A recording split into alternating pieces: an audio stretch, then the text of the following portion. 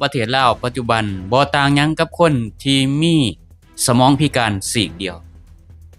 คือบ่สามารถที่จะคิดอีกมุมหนึ่งได้บ่สามารถที่จะคิดมุมที่แตกต่างได้ถ้าคิดมุมที่แตกต่างเนี่ยแม่นผิดทันทีเลยผิดกฎหมายบ้านเมืองเป็นนั่นเป็นนี่อิหยังก็แล้วแต่กฎหมายเขาสิเขียนออกมาเนาะคือยกตัวอย่างเนาะมีเนาะประชาชนคนลาวคนหนึ่งโคตรเนาะที่มีเจ้าหน้าที่ไปดอมๆมองๆเนาะไปจอบไปอิหยังก็แล้วแต่เขาบ่ฮู้นำเจ้าดอกประมาณ 20:00 นกลางคืนน่ะประมาณ 02:00 นอ่ะเขาก็เลยโพสต์แล้วก็กลายเป็นความผิดพี่น้องก็กล่าวหาว่าประชาชนเนี่ยมีความบ่หวังดีแล้วก็สิตั้งขอกล่าวหาเลยให้ออกมาขอโทษก็คือเรื่องแบบนี้ที่เขาโพสต์เนี่ยมันก็เป็นการตั้งคำถามหรือตั้งข้อสังเกตว่าตำรวจนี่เนี่ยมันเป็นตำรวจแต่งบ่ตำรวจปลอมบ่เพราะว่าในข่าวที่ผ่านมาก็ยังแต่งกายชุดคล้ายๆชุดตำรวจแล้วก็ไปปล้นเฮือนคนน่ะคือประชาชนเขาโพสต์เขาตั้งคำถามแบบนี้มันก็เป็นการดีเป็นการส่องแสงเป็นการที่ช่วยกันสอดส่องถ้าแม่นว่าเจ้าหน้าที่บริสุทธิ์ก็เพียงแต่ออกมาชี้แจงแค่นั้นจบเจ้าหน้าที่เป็นผู้ที่รับใช้บ้านเมืองเนาะบ่แม่นว่าเจ้าหน้าที่เป็นองค์กรส่วนบุคคลและผู้ใดไปเว้าเกี่ยวกับเจ้าหน้าที่บ้านเมืองแล้วสิผิดกฎหมายเนาะถ้าเป็นดังนั้นแล้วเขาเอิ้นว่าเจ้าหน้าที่แล้วเขาเอิ้นว่าเป็นองค์กรที่บ่เกี่ยวกับบ้านเมืองแล้วมันเป็นส่วนบุคคลแล้วเนาะถ้าอีหยังที่มัน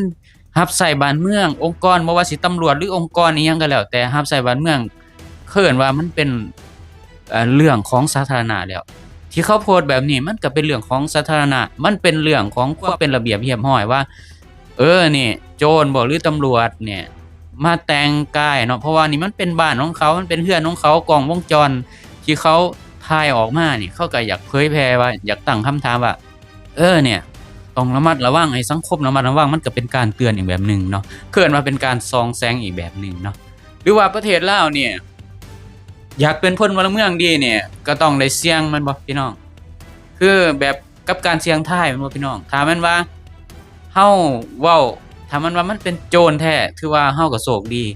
ถ้ามันบ่แม่นโจรมันเป็นเจ้าหน้าที่นี่ถือว่าผิดกฎหมายถือว่าเป็นความผิดเลยบ่พี่น้องเพราะฉะนั้นแล้วนี่บ้านเมืองนี่บ่ต่างหยังกับคนพิการทางสมอง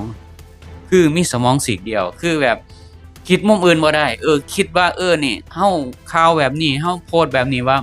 ต้องเตือนเนาะต้องช่วยกันส่องแสงหรือว่าสอดส่องให้มันเกิดความสงบสุขในบ้านเมืองเพราะฉะนั้นแล้วเนี่ยแอดมินก็บอกได้เลยว่าระบบการปกครองแบบนี้มันบ่ต่างหยังกับคนพิการทางสมองซีกหนึ่งหรือว่าเป็นคนมีสมองซีกเดียว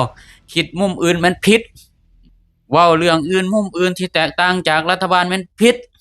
เพราะฉะนั้นแล้วนี่อีหยังที่มันเกี่ยวกับสาธารณชนหรือว่าฝูงชนหรือประชาชนหยังก็แล้วแต่ที่เขาโพสต์ออกมานี่ช่วยกันสอดส่องดูแลเบิ่งแยงว่าต้องระมัดระวังว่าซุมื้อนี่โจรเนี่ยมันมาในรูปแบบแต่งกายเป็นตำรวจก็มีมันบ่ดีบ่พี่น้องหรือว่าถ้าแม่นว่ามันบ่แม่นตำรวจแล้วก็ถือว่าดีไปแม่นบ่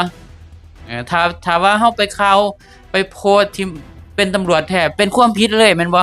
มันเท่ากับการเสี่ยงทายเลยแม่นบ่คือมี2ทางให้เลือกคือขาหนึ่งต้องอยู่ในคุกขาหนึ่งเป็นพลเมืองดีจังซี่นี่บ่พี่น้อง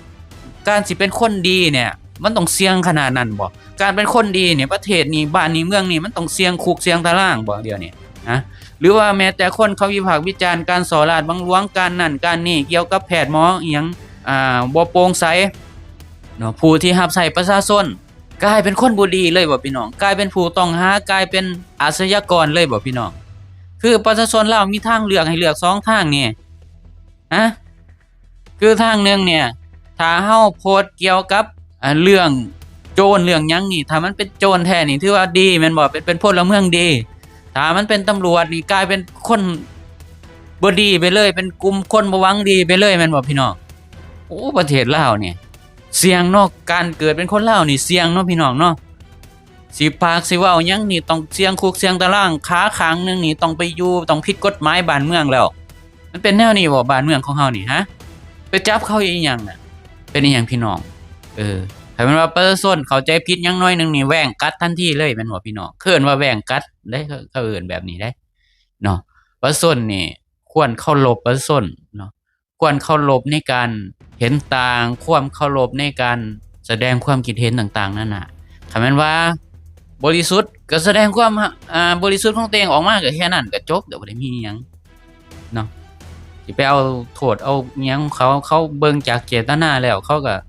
ลักษณะอยากตั้งคำถามน่ะว่าเขาเฮ็ดผิดกฎหมายหยังบ่มายัดข้อกล่าวหาอิหยังให้เขาบ่หรือแม้แต่อาจสิเป็นโจรแต่งกายคล้ายตำรวจหรือบ่น่ะมันก็มีหลายแง่มุมเนาะหรือว่าเป็นตำรวจนอกเหตุที่จะมายัดของผิดกฎหมายหรือบ่มันก็เป็นไปได้เขาก็ป้องกันตัวเองนะหรือว่าประชาชนบ่มีสิทธิ์ป้องกันตัวเองเลยติฮะคิดแม่นบ่พี่น้องนะขาข้างหนึงต้องไปอยู่ในคุกแม่นบ่พี่น้องเกิดเป็นคนลาวนี่สิป้องกันตัวเองบ่ได้เลยแม่นบ่พี่น้องถ้าเป็นแนวนี้แล้ว องค์กรตำรวจหรือว่าผู้พิทักษ์สันติราษฎร์หรือผู้รักษากฎหมายนี่เป็นหยังพี่น้อง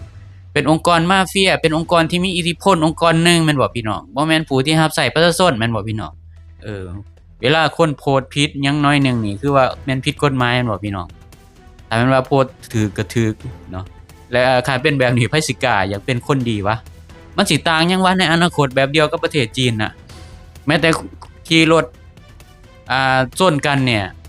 คนที่เขาไปเบิงไปเป็นพลเมืองดีน่ะเผลอๆสิกลายเป็นคนผิดซ้ำน่ะประเทศลาวมันสิเป็นแบบนี้บ่บัดนี้สิเป็นแบบประเทศจีนบ่พี่น้อง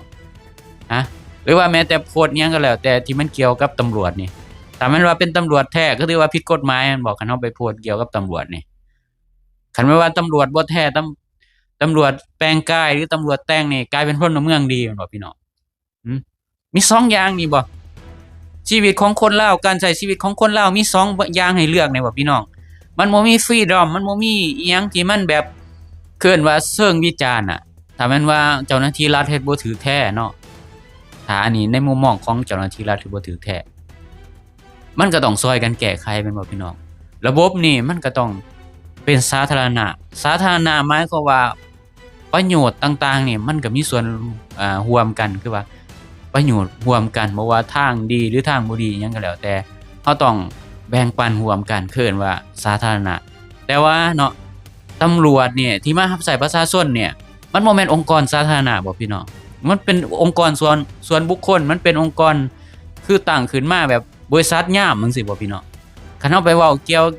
กับองค์กรของเจ้าของเขาเจ้านี่มันผิดกฎหมายแม่นบ่พี่น้องจังซี่นี่บ่สรุปนี่ประเทศลาวเนี่ยเป็นประเทศ